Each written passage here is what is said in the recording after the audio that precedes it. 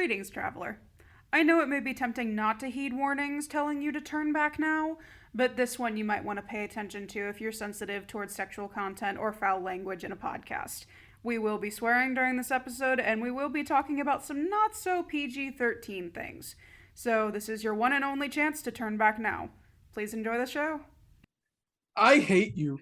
I just did that to make a point. We're not even starting. That's really funny because I'm pretty sure. Can they hear that? I don't think they can hear that. They can can't. they? No. That's amazing. Nope, it is not. It is not hearable by It's just viewer gonna ears. begin, and it's I hate you. Jordan will always know the very first thing in the file is me yelling or saying something mean. That is how I can tell which take I'm supposed to be editing, honestly. See? That's It serves as a chapter marker. especially whenever we start, like whenever we record other little bits in between, like recording the actual takes. Yeah, that's how I can tell what file I'm supposed to be using, is because it's the one with Bertuzzi swearing. That's so funny. Okay. So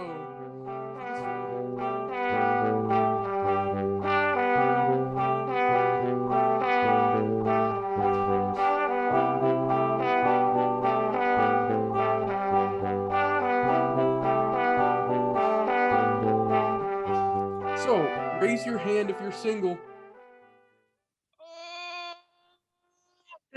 I keep telling you guys, this is not a video podcast. Happy Valentine's Day. We all raise our hand. Audio listeners, love you to death. We all raised our hands. We all raised our hands. All of us raised it. We're all single. Hopelessly single. If you're interested. Listen, no. I am not single, okay? I am alone and based pilled, not coupled together and happy pilled, okay? Okay, so then I guess you would say I'm alone and sad pilled. I'm just bitter. But bitter pilled. Dude. All right, editing Pertusit is kicking up his feet for editing Jordan. There is no editing Pertusit. Well, where did he put him? Where did we put him? There isn't one. What are we gonna get? You guys got an editing version? What? I am the only one that has an editing version. Technically, I guess you could say Levi has editing Levi. It's just for the meme side of it. I don't do anything with the videos, but I do edit the memes. I make those. So there's just not an editing Pertusit. Am I gonna get anything for Christmas this year? Because I didn't want that. I mean, technically, if you think about it, Pertusit's the one who does all the topics for the podcast, so that's a way of editing. Carly work. Frank work. Rank trash. So, although we're all single, and I'm assuming this is after the point of the return from the little diddly music. Valentine's Day. Although we're all single, as a means of celebrating Valentine's Day, I figured this would be an ample opportunity to discuss romance in our favorite fiction and media. Ooh la la. Uh-huh. Eyes bulge out of head, jaw drops to the floor, tongue rolls out like long red carpet. Awooga, that's a dame. I think that happened. Nurse. I think that happened to somebody at work the other day. They're not okay. You might want to get that checked out. Yeah, but I think it's also like a violation of code, so it's probably fine. However, let's see. What would you guys say is your all-time favorite couple in fiction media? Oh goodness. That's a tough ask. You, I'm pointing at my camera, listening and watching, because we have visual watchers that we don't love to death. We do not have visual watchers. We love our audio listeners to death. You at home, comment down below or wherever you can comment, our Twitter, our others. You heard the announcement or will have heard the announcement. Comment your favorite fictional thing and we'll talk about it in another episode maybe. Shout out. This was also me just buying you guys time to consider. So anyone got one yet? Okay. I have like a genre of sorts. I am the movie musical person. I wrote my senior thesis on movie musicals, so That is the only movie genre where I say that romance is completely permissible, because usually I hate romance in my movies because most of the time I'm just like, get to the goddamn point already. But in movie musicals, it's so sweet and I love it. Fair. I think I got my goat, my greatest of all time. All right. Raylo. Leave. Not true. You guys, you should know. You should know that that's a joke. What? You know me. Bursting news, trending on Twitter.com. Levi They loves don't. Raylo. They don't know me. You know me. For listeners, I despise the Star Wars sequel trilogy. I hate it. So yeah, that was a joke. And also, even if you do like the sequel trilogy, like it just came out of nowhere in the last movie. Like it's stupid, anyways. Agreed. It's bad. Levi, it's Valentine's. You have to be loving. Okay. Well, let me think of one that I actually. That's the thing is, okay. We've talked about this before on this podcast. I'm a weeb. A lot of the media I consume is Abelbay, but Gesundheit? but a lot of what I watch nowadays isn't like, it doesn't got romance plots that in it that I actually. Well, okay, it doesn't even got romance plots in it. At least stuff that I'm willing to ship. And if it did, I watched it so long ago because I kind of gotten out of a place where I don't really watch romance stuff anymore. So I'm sitting here trying to think of, media that as an English speaking person I'm familiar with. There's And one that there's you and I argue about sometimes. There was one where I came up and you were like, "Oh, who's your waifu for this?" And I was like, "Oh, this character." And you're like, "What? That's awful." And then we had to debate where we were like, "So for the main character, this girl is the best girl, but for me personally." oh, well, I know what you're talking about. That's that's the tried and true. We're talking about ReZero, right?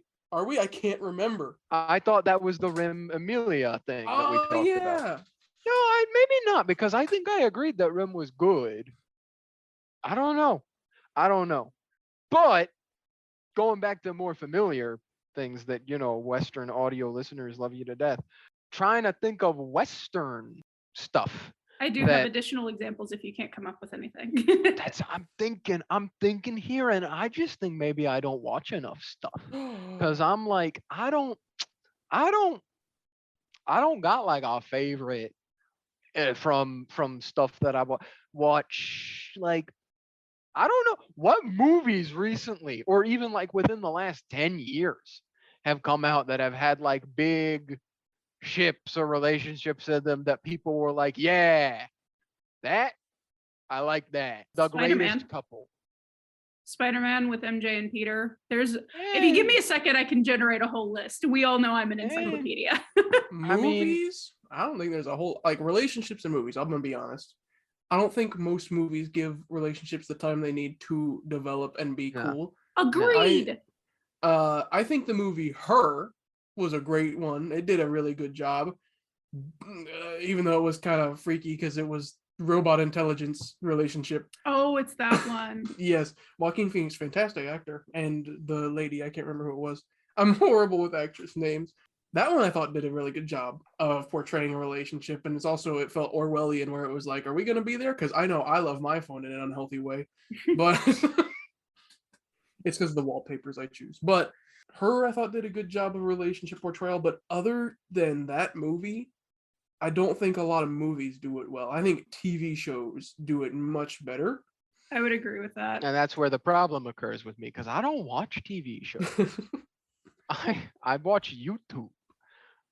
So no, and part of that is an issue with the screenwriting formula with the pacing for like movies, because romance, unless it's a romance movie, romance is usually a B storyline, so it doesn't end up being the feature of the story. Therefore, it doesn't feel as developed and it doesn't feel as like real as a television series that has multiple episodes and multiple seasons to develop good relationships. I know that all three of us, I don't actually remember our final opinions on the matter. I don't even know if some of us cared when it was happening, but I know all three of us watched. We're critters. We're critters. We watch Critical Role.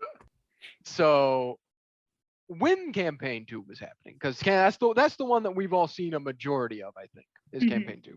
Indeed. There's the hot topic relationship. Jester. Who was your ship for Jester? I agree with all of the canon ships in Critical Role Campaign 2, which is a hot take, surprisingly. A lot of people got really mad with all the confirmations of the relationship through that campaign. I like Ford and Jester, I like Bo and Yasha, and I like Caleb and Essek. Those were my from the beginning. So I like what happened. If nobody else got me, I know Jordan got me. Can I get an amen? I'm the same way. I am a canon shipper. I liked all the relationships and how they ended up in Critical Role Campaign 2. I was big on Forrester. I was big on that one. That was my main one that I wanted to see happen, just because I think it's funny that they're married in real life. I think it's funny because didn't Laura Bailey specifically say that her goal for campaign 2 was to romance her husband in game? Yes, because there's a old Talks Machina where they're doing the after show talk, and Travis was talking about how before they started campaign 2, they were talking about their character ideas with each other, and they got on the topic of romance, and Travis was like, "Oh, I don't do that. I play D&D to be a cool character that like blasts things with magic and swings a sword and stuff. That's why I played Grog, because I was a big barbarian dude. I'm not gonna do romance in campaign 2." And then Laura Bailey was like, "I'm gonna romance you. That's my goal for this campaign, is to romance you." And then she did it. Then she won. She did. She won D&D. She made her husband fall in love with her again. Well, I mean, I didn't watch the campaign to completion, but I know about the famous event that occurred regarding their character couple. And I watched up to about episode 80 of Critical Role Campaign 2. And I gotta be honest, much like in a movie, the romance felt like a boring B plot to me at every point, at every juncture. I was like, okay, I'm glad they're having fun. Good for them. Can you go kill a monster or talk more about the ancient evil that is plaguing the land? That's what I'm here about. But I'm glad you're having fun. But I just don't mind me. I'm just gonna skip ahead a couple minutes, like for all of the couples. No offense. I'm glad they had fun. I've done in-game couples too. I just didn't care. It's not even me being bitter where I'm like, why do they get to be so happy? It's like it's just me being like, okay, if I wanted to watch slice of life romance anime, I would go do that. Not understandable. Joke's on you. That's all Vivia 3 is. Hell yeah. Why do we get to be so happy? That's all the encounters, is people that are just like that. And you have to fight them. Gladly. I'll be happy.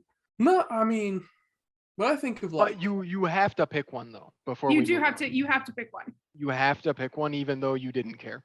Pick a favorite couple from Critical Role Campaign 2. Specifically Jestership. Specifically Jestership. Oh, we're doing specifically Jestership? That's what I was doing. All right. Specifically Jestership. Well, if it matters that much to you, Pumat, Soul, and Jester. Pumat Sester. Based? We're not calling it that. We're not calling it that. I don't know what you want to call it then. Gemat Soul? I don't know. That one's better than Pumat Sester. Okay, I have to wonder, was that actually a thing on the internet though? Did people actually, because I feel like if it's I really hope not. No, because it's the internet, so there had to be at least one person. Yeah, there's like a small niche of people that like that, I'm sure. There has to be. And if they find this, if one of them gonna get them finds now. this, if they find this episode, they're gonna be like, guys, listen to this, and then our viewer count's gonna go all the way up to 2. Woo! No, it's at 5. We'll have 6. But I don't know. I wasn't that interested. But recently, I watched the Netflix series Cobra Kai. Similar interest there. Love Cobra Kai. I love Cobra Kai quite a bit as well. I haven't watched Cobra Kai. It's so good. I knew about it. I watched the old Karate Kid trilogy, and I was watching it recently, and I was like, "Oh, it's cool, it's cool." And again, with all the romance with the kids, I'm still just like, I don't care. I got frustrated with that because it was a new pairing each season, and it was just going around in a certain. I'm like, there's been so many different pairings of just the same 4 people. Yeah. Cobra Kai, it's very Karate Kid. It still feels in essence like it was made in the 80s almost. It does feel like an 80s movie. I will give it that. It Um, definitely has that energy. it's just like it does not either. Am I out of touch or is it the kids who are wrong? Uh, What do you like mean? Are you out of time? no, the kids in Cobra Kai and the way their relationships work, I'm like, this isn't how we do things anymore. I swear to you. Absolutely. There were several times. I love the show, but there were several times, and I'm like, okay, if somebody would have just like called the police or told an adult, the entire show would be resolved right now. Like, you Yeah. really don't need to have a karate brawl in an abandoned laser tag arena. You could just tell your mom that somebody's bullying you. This is Yeah. But not even on like even deeper on a deeper level when it's talking about the relationships and how some of these relationships form and how some of them fall. I'm sitting there and I'm like, this isn't how they work anymore. I'm like, this would have happened in the 80s and the 90s, but now the big lovey-dovey montage would have just been them sitting on their beds texting each other and FaceTiming. Let's be honest, right? I don't know. When I try to think of one that I really like. Does Cobra Kai take place in like the modern day? Yes. Yeah. It's present day. it takes place after the events of the three Karate Kid movies. It focuses mostly on the first one, but there are callbacks to all three. Yes. And characters come in from all three. It's very fun. It's a very good show. But when I think of like actual media relationships that I really, really like, because there's been a couple, I can't remember their names right now, but the characters from A Silent Voice, the two main leads from that, their relationship was so beautiful. We know for a fact that I wanted that to happen because the first time we watched that movie and it was over, I was like, is that it? They're not gonna show us more? No, okay. I want to know if they date. Listeners, Levi stormed out of the room after we finished watching A Silent Voice. It was a great movie. It was a fantastic movie. I was so blue-balled at the end because the story didn't tell me if these two dated or not. Is that the right term? A cute couple, and they were just like, "Yep, you don't get to know anymore now. Go read the other material." And then Produce It tells me in the other material they still keep blue balling you, and it's like, yeah, no, it's never confirmed ever. They still keep being cute together, but they never like officially are like, yeah, we're dating now. I remember from what I read on the synopsis, the girl goes and moves away to go to like beauty school, and the guy stays in, I believe it was Tokyo, and they just split ways, and that's the end of the Silent Voice manga. Sorry, spoilers. They should have gotten them again. It's so frustrating when you watch an entire movie and you see these two characters grow and appreciate each other, and then it's just like, yeah, and then they just move away from each other and nothing else happens. But I mean, honestly, that was probably the most realistic part about that movie. More spoilers for A Silent Voice? I don't think so, because you're not just gonna. If someone saved you from killing yourself in the real world, do you think that you're just gonna be like, okay, I move away and never talk to you ever again now? I don't know. It's like, I think I would still have some form of contact with that person later in my life if they saved me from killing myself and made me realize that life is worth living. So props to A Silent Voice for doing that, which almost no other show would do. That's why I think is such the kicker about it is almost every other show would have went that route, which might have been good, might have not. It would have been more satisfying for me. Do it for me. It really set A Silent Voice apart as a film because it didn't do the easy thing. Like, two ends of a spectrum. You got the Star Wars weird kiss that felt forced and unnecessary for no reason, and then A Silent Voice where everyone wanted it to happen and it still didn't. And this is not just like a spectrum. I realize now that this is just a scale, 0 to 10 of goodness, of quality. I still want it to happen. Star Wars sequel trilogy is at the 10 side of that, yeah, right? And Silent Voice is garbage, dude. No one likes that thing. Who even reads Chinese girl cartoons? You're not even Terran. That noise is reserved for only Terran. Yeah. So I can't gag at something I don't like? Correct. Unless it sounds differently. Make a different noise. No, not that one. I'm just gonna realized. have to hear that when I edit this episode. I just want to say that Produce It right after I did that went, oh, like, No, like he enjoyed it. no, it was because of a realization. I promise. I have to keep my underwear. So here's one that I know that not all of us have watched, but I think we know enough about. Let's talk about the relationships that everyone's dying to hear about in 2022. The King of the Hill families. I've never seen a single episode of the only King of the Hill media that I consume is through you and TJ. It's really good. I hate John Redcorn. What? I hate him.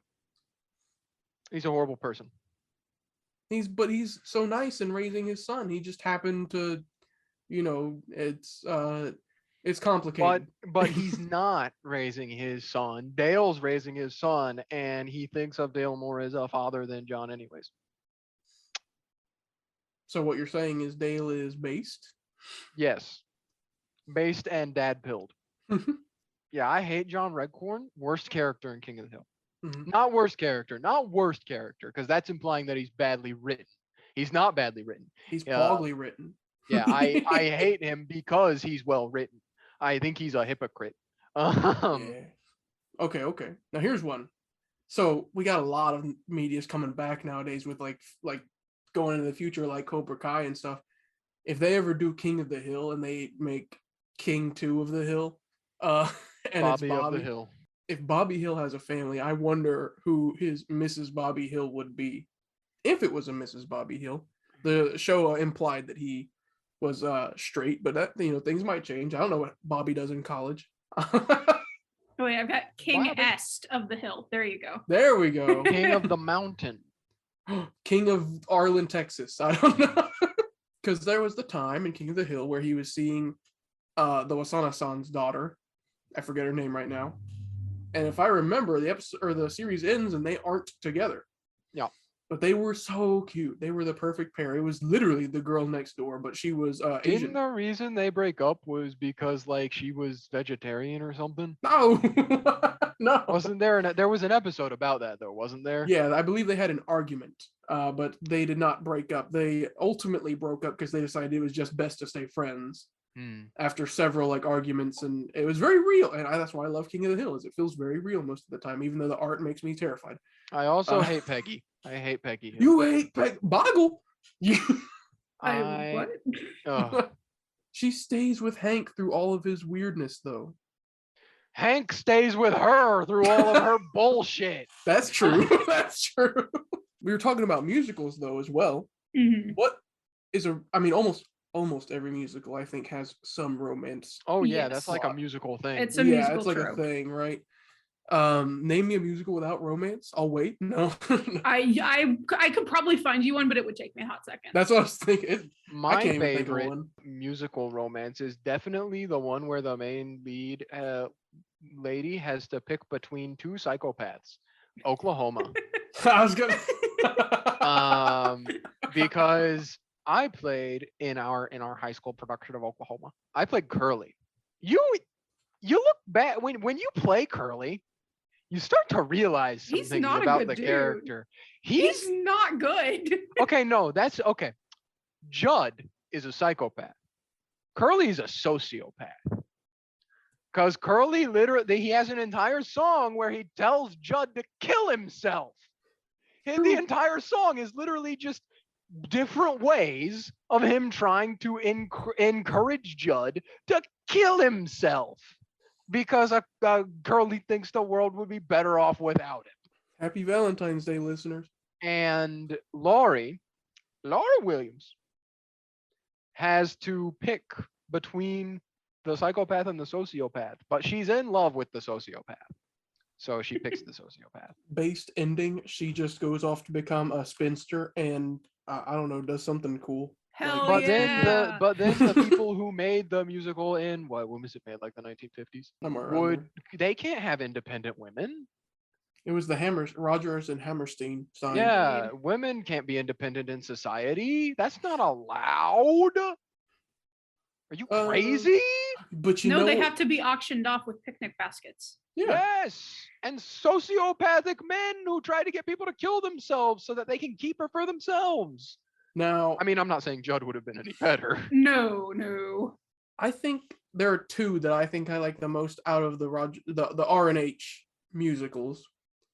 They're still not good, and I don't think anyone should aspire to have these kind of goals. This is not relationship goals, but I think I they're think the best. everyone should aspire to be curly. No. TJ, I think The King and I had a pretty good one I considering Yeah. it's do like The R&H. King and I. Yeah. That I really one's- like The yeah. King and I. Of course, the That one's actually good.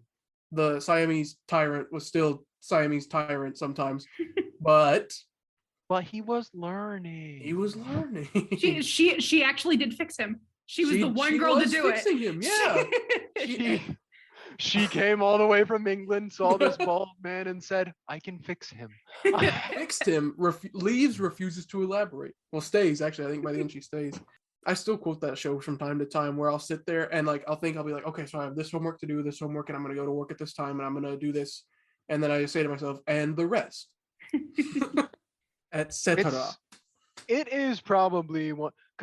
After being in theater in high school for a while, there are a lot of shows that I'm like, oh wow, cool. It's a well-known, popular musical that everyone loves. But The King and I'm actually like, oh yeah, this is good. This is some good Yeah. stuff. And Les The Mis. King and I's quality. I love Les And Mis. I Les love Mis. Les Mis. Les Mis. The listeners can't see, but I actually have a Les Mis like tapestry behind me while we're Yeah, filming this. the visual watchers can see it. Don't worry. We don't have visual Oh, watchers. You have two right here. Okay. and there's more of us editing And the rest. editing Levi, and They're editing out there. Jordan. Don't you see them? Yeah. But actually, Yeah. fun fact about this, it has every lyric to Les Mis in it. That's what the like gray Oh. area is. It's all the words to the show. I Oh didn't my know that. God. That's Pog. It's my favorite musical. Well, it's okay. I have like 3 favorite musicals, and the ranking changes. But for all intents and purposes, Les Mis is my safe answer for what my favorite musical is. The other one I think has a great portrayal of romance, but again, don't aspire to do this, is Carousel. I'm actually not too familiar with Carousel. Do you know? Same. What? I'm not Okay. familiar with Carousel. Surprisingly. Sophomore year at my high school when Jordan wasn't there yet. This was before I transferred. So. And Levi technically wasn't in the high school yet. Yep. We did the choral thing for our local theater, the Little Theater, and we did the chorus parts for it, and a lot of the local celebrities performed the parts.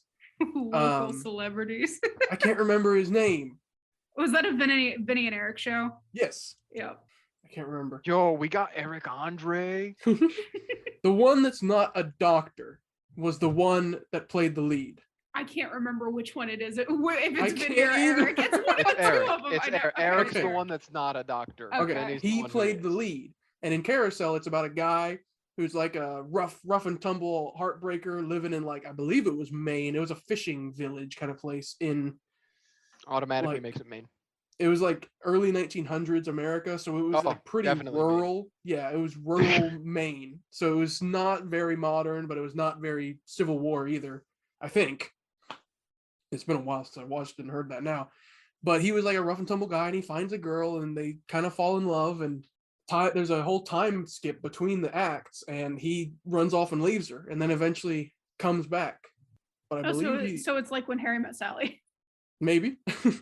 But I think there's also a little bit of Christmas Carol in there, because if I remember right, he like dies and has to watch what he left behind. Carousel. Yeah, Christopher Columbus sailed the ocean blue in Carousel. Do you spell burnt toast? Yeah, Carousel 92. but the watchers and the listeners will be able to figure that one out if they think it's a good one. Now, what about your guys'? What was your guys' like childhood experience to romance? Because the first one that comes to my mind is Beauty and the Beast. I have such disdain for Beauty and the Beast because I have done that show 4 times. Fair. I think my first exposure to romance, Snow White. It was Snow White. Snow White. The first one that I remember is, this is my favorite movie of all time, is Singing in the Rain, Don and Oh, yeah. Kathy. I love that movie so much. Which Snow White isn't a good first experience to romance either, because No, that's it's not.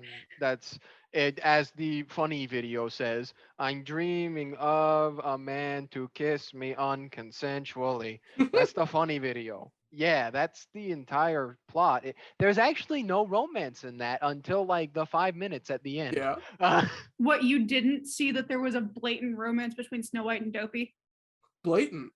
Dude, I thought that was subtle AF. No. Oh, that's why they sang hi ho. I get it now. It took me 18 years, but I get it now. That's what it meant. For me, for real, I think Beauty and the Beast kind of like shaped my perspective of romance for at least until I was like 14. I was like, what? I'm not supposed to wait for some chick to say I can fix him and show up at my doorstep? Like, no, Yeah, I didn't really have like a I don't know. I guess I just didn't read into it too much. That wasn't my thing. I was like because I went through that stage where I was like, girls are gross. And then I got into the stage where I was no longer like girls are gross, but I was like, I don't need a girl. Girls are stupid. And then I met one. One singular girl. Why for the first time in my life, I spoke to one. Despite having a sister. And a mother. What are you? No, I in high school there was one who was kind to me for the first time in my life. A woman was nice to me. No, that's not true. But she took interest in me, and then I was like, "Whoa, they can do that?" they Yo, and then we dated, and it changed my entire world. new DLC just dropped. Women have feelings. No. It changed my entire perspective.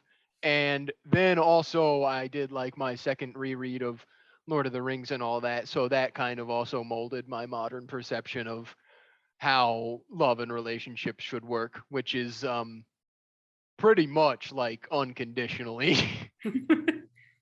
But, speaking of Lord of the Rings ish, we are still a D&D somewhat podcast. Kind of, yes. But we just always roll in that one when we speak, so we don't know what to do. We never know what we're gonna say until we're actively saying it. Get it? Because Yeah. we're That's called the net. That's why we called it that. That's the name of the movie, That's dude. the name of the romance. So, I now pose the ultimate question. What is the best pairing of D&D classes? Kobold Warlock and Goliath Barbarian. You can't say that. Why was it so fast on the draw? You can't use that, Jordan. I did that. That's my thing. I know, but it's so funny. That's my thing. I do know the context, but I just love to imagine the viewers and the listeners going like, what? And why was it so fast? But I do want to say I do partially agree with that. I think martial class and caster class, that's a good mix right there, because it's like they're two opposites. Well, and I mean, if you have to go into a fight with somebody, you got a pretty even coverage of what you can do. Yeah. They work off of each other. They have good teamwork Yep. because they don't trample on each other's toes. They both have different zones that they work in. Okay. If we're gonna do that way, then let's do it procedurally. Then, all right. Let's start.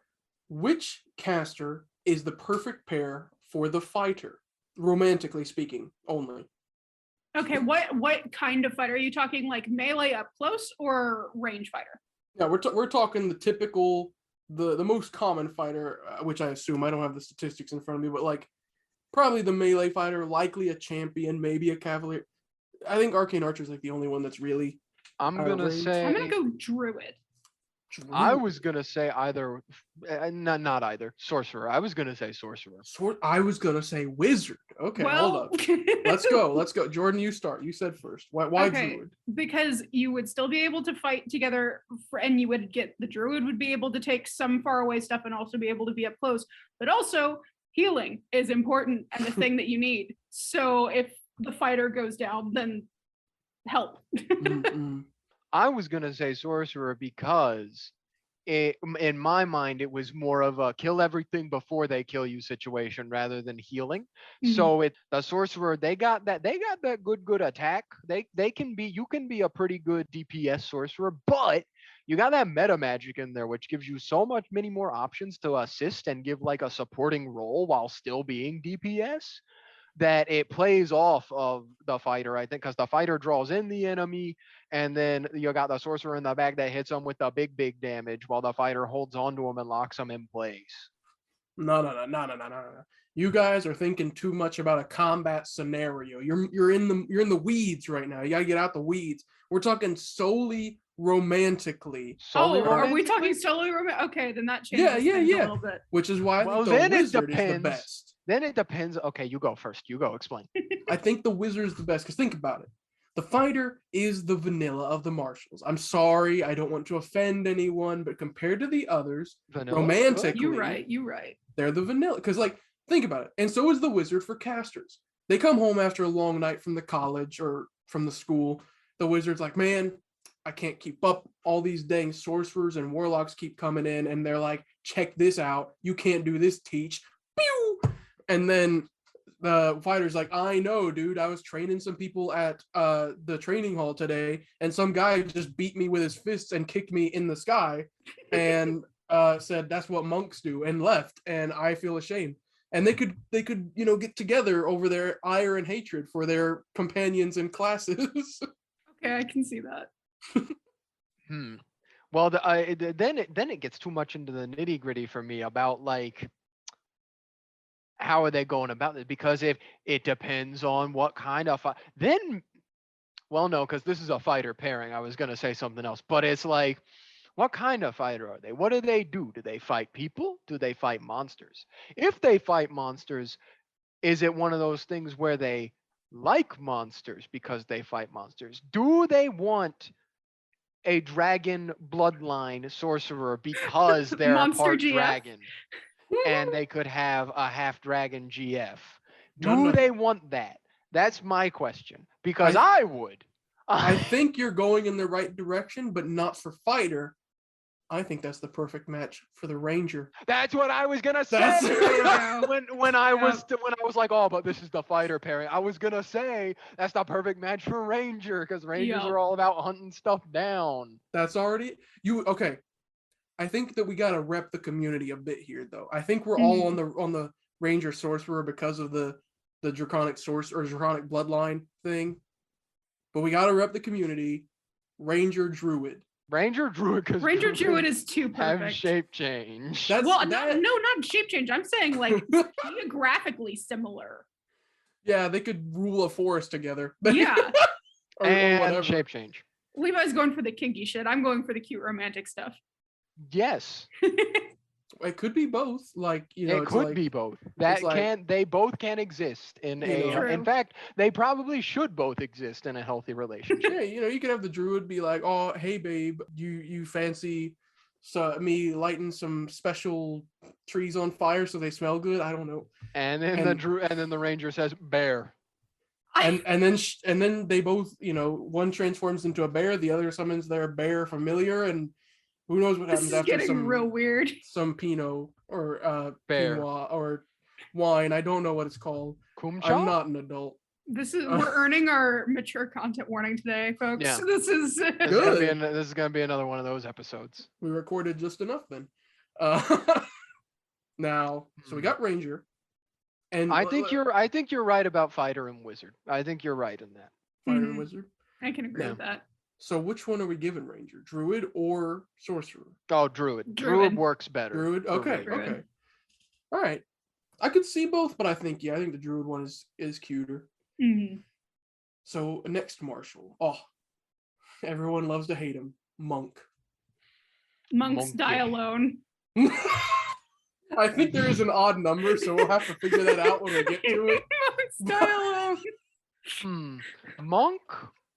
Monk. Monks are all about being acrobatic, being agile, being meditative. That one I would do sorcerer, because don't sorcerers have a good amount of buff spells that they can cast? But I'm going combat again. We're talking monks are one with their key and they might be the forever alone. Then I might they're say, at peace. No, I would say cleric. Monk, they're both the wisdoms. Yeah. But would they clash because of that? Would it be because the monks are all about spiritual energy and chi and stuff, and then the cleric is over here like, no, that all comes from my god? And so then they. Well, it depends on what kind of cleric you're talking about, because you can have clerics that are not necessarily like super holy god, like all that shit. You could have a religious monk as well. That's like, oh yeah, you know, I find spiritual wellness within, but I also pray to Bahamut. Yeah. I think it could go either way. But I don't know if that's the best pairing yet. I think that there is.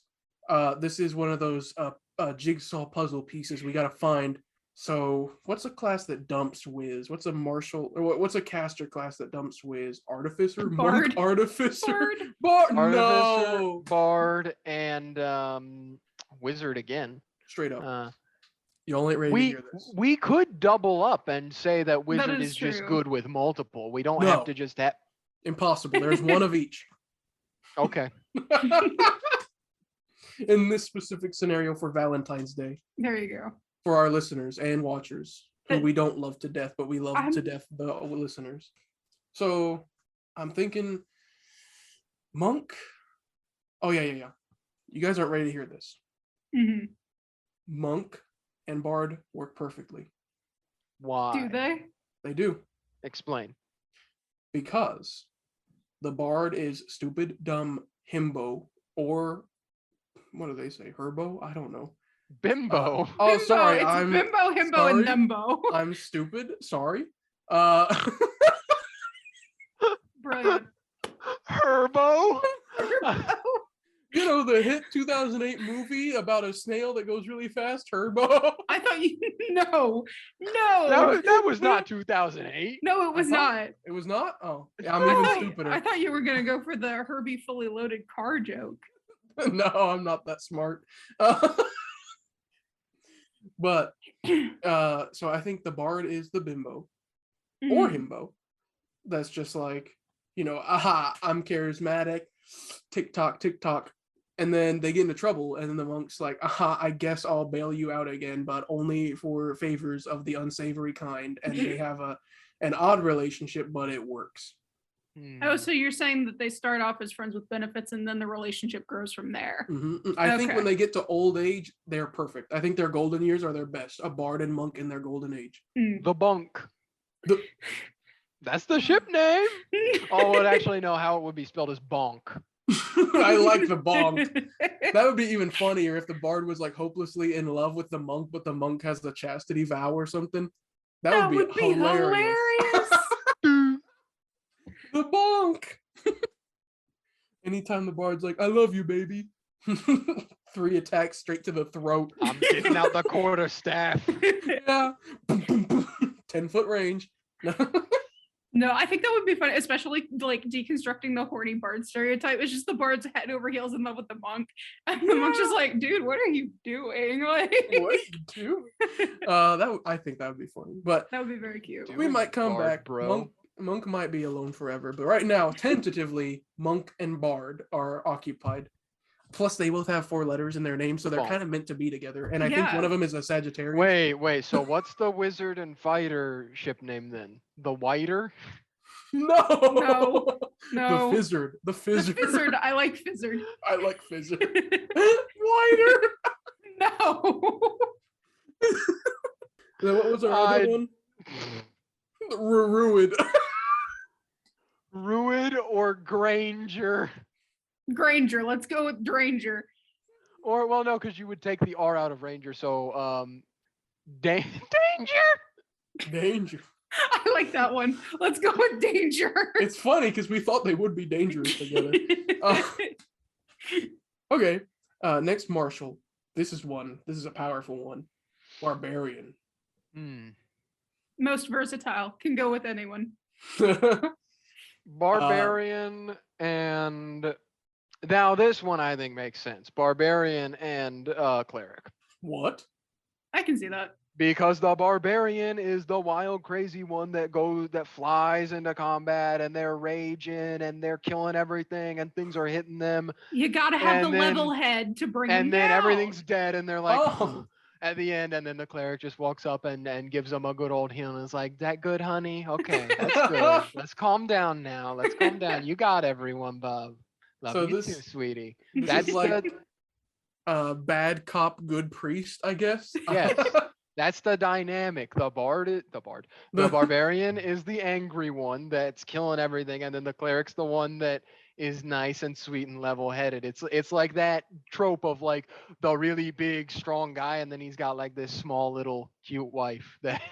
Or I raise you on the surface. That is the trope, but the barbarian is actually a teddy bear. But if you fuck with the cleric, That you too. instantly die. That too. That would be cute, actually. I think I like that one. And I think what makes it perhaps even funnier is if you made a dexterity barbarian, because they have unarmored movement or unarmored defense. Make a dexbarian, has a low strength score, and the cleric just picks up her hubby. That would be adorable. I'm the strong one. So this one's called the Carbarian. Carbarian. I guess that's better than Blaric. Who's Blaric? Who parked their car? On my sandwich? Yeah. Can we have an NPC named Blaric for some purpose? I need there to be an NPC named Blaric. Please. I'll do anything. Just give me Blaric. Release him. Can he be like Goat's twin brother or something? No, that's both. Oh, Goat's twin brother, don't you mean sheep? So let's see. The next marshal. We're running out of marshals. Rogue. It's Warlock, right? Yeah, edgy. No, because they can go be edgy in the corner. I feel like that's too much edge, right? I feel like that's too much. No, well, they go listen. They write emo poetry in the back of the tavern. That's. You know what they say? Too much edge makes it soft. I don't know. I don't well, know then why not Rogue and Bloodhunter? That's not real. That would be even. That might be too much edge. Well, the problem with Bloodhunter is that it's not a real caster unless you take a certain subclass. Oh, true. It's still a marshal. Which the half casters. I forgot that we were pairing marshals and casters together. I forgot we were doing that. God damn it. I'm assuming that any of the half casters are just like biclassual, and they can go with either side. What about, hear me out, because we got rid of sorcerer, ranger, rogue, sorcerer, because the sorcerer vibe I get, the stereotypical sorcerer, is like full of themselves because they got the powerful magic that just came out of nowhere. So they're full of themselves, but not to the extent where it's like Bard horny full of themselves. It's just they're a narcissist. And then you got the rogue who's over here like, I'm a horrible person. I have a darkness within me that does. I feel like that depends on what rogue you take, though. Yeah. Because sorcerer and swashbuckler rogue would have a whole lot of fun together. But like if you're going like assassin or what's the mastermind? Yeah, then I think you get the more like Soul the edgy.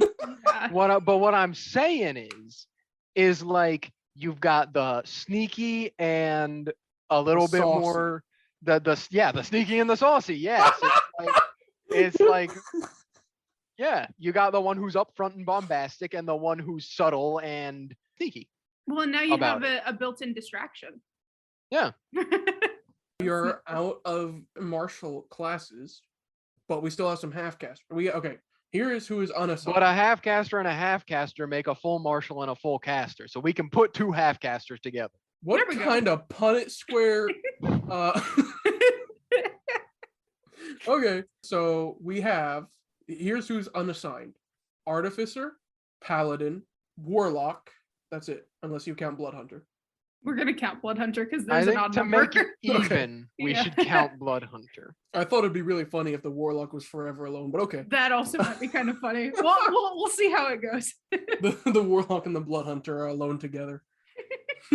They're both so oblivious that neither has realized that the other has feelings, so they're just like constantly together, but not official. It's Kaguya, so Artificer. I don't know, dude.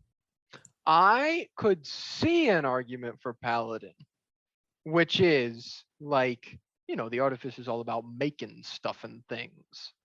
So it's like, you got the Paladin who, because Paladins typically are always adventurers in any setting because they're the ones that go out on the epic quests for their god and save people, and they're always out in the field. They're always doing stuff. It's not like a fighter where it could be the fighter's like, yeah, I just work in a coliseum. I don't go do adventures. I just fight in a pit. But like the paladin is like, I'm always adventuring all the time and doing stuff. So you got the artificer who is there making all of their equipment for them Oh. over the course of their adventures together. And the artificer gives them the potions, and the artificer makes their armor and enchants their armor. It gives them all the magical items they need. You could just have a paladin and artificer adventuring together, and it could be a working 2-man party, or man and woman party, Or woman and woman party. or woman and woman party. Changeling party. Hell yeah. They're both changelings. I think that there's a dynamic there between the two. It's a symbiotic relationship. They're gonna come together through emotions because they're together through circumstance. Trauma bonding. Yes. Wait. So there's two ways I'm seeing this film. But also, this isn't even my OTP anyways for the paladin. But I'm looking at it. I'm thinking about it. If we do some swapping, we do some switching. I think the only ones that are finalized is the Fizzard and the Danger. Those are the ones and the Bonk I think are finalized. And the Bonk. Yep. I really like Carbarian. I also like Carbarian. But here's what I'm thinking. We can go super duper stereotypical, swap them around. Now hear this out. The same logic you had for the Carbarian is now an Arbarian.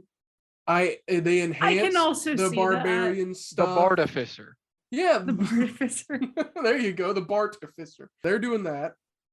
Same thing. And then you have the Cleric and the Paladin left together, which can be the stereotype of like, yeah, we found each other at church. We met on christianmingle.com. Or it can be what's that, Mr. and Mrs. Smith thing, where it's like, I'm Tiamat's most beloved follower. She's Bahamut's favorite follower. We kill each other. We try to kill each other on a daily basis. We're just married for the tax. So it could be either one for them. So I propose the Claladin, or if you prefer the Cleric. Cleric. Let's go with Cleric. And then change it out for the Bartificer, leaving the Blood Hunter.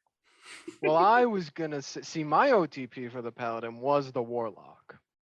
Oh, because of the reason you just explained, the second reasoning for the Cleric, which is the Paladin is the I am faithful to my God and they grant me strength, whereas the Warlock is like, yeah, they just gave it to me. They just like me a lot. Only me. They think I'm really cool. And so then it's a conflict of interest because the Paladin's like, they're like the holier than thou personality, and the Warlock is like the more laid back one, and it's the Paladin's like, you gotta respect your religion more, and the Warlock's like, what? You're stupid, man. I built a train. It's like a more casual hate relationship than the Cleric Paladin one. It's enemies to lovers. Yeah. And then if we were to do that, that would leave Cleric and Blood Hunter. The Clud Hunter. Or the Bleric. Again. Bleric. Keeps coming back, that guy. I don't know how. I don't know how that. But no, I do agree with Cleric. I do agree with Cleric Paladin, though, is the thing. So I don't know which one should go with Paladin now that I'm thinking about it. But when I think about while we've been talking about this, I've come around more to the sneaky and the saucy purely because I like that name for it. See? It makes sense. I wasn't behind it, and I still think Warlock and Rogue is better, but purely because of sneaky and saucy, I have been won over for that. So then we have our full list there. Jordan's putting it up on screen right now. Boom. She's not doing it, but you can use your imagination at home and pretend it's there. Look at it. Isn't we it so should pretty? make her do it. No. I'm gonna have a conniption. Editing Levi, tell editing Jordan that she needs to get on this. You guys are gonna make me do another thing for this goddamn podcast. Happy Valentine's Day, Jordan. And it's happy the Valentine's Day episode. Yeah, happy Valentine's Day to those of you who have that. And then happy February 15th, half off chocolate day the next day. Yeah. Yeah, Those don't of you that have that, audio listeners, love you to death. I'm telling you, I'm gonna get you eventually. And we hope that you all have a great time, whether you're alone with us, like the warlock and the blood hunter, or if you've got your own little Blarick sitting at your side while we're listening to this. Thanks for being here. Or Carbarian. Or Carbarian. I'm going to punch you through the screen. I'm still of the opinion that we could mix match everyone with everyone. Shut up! I would agree with that assessment. No! It's not fair for me.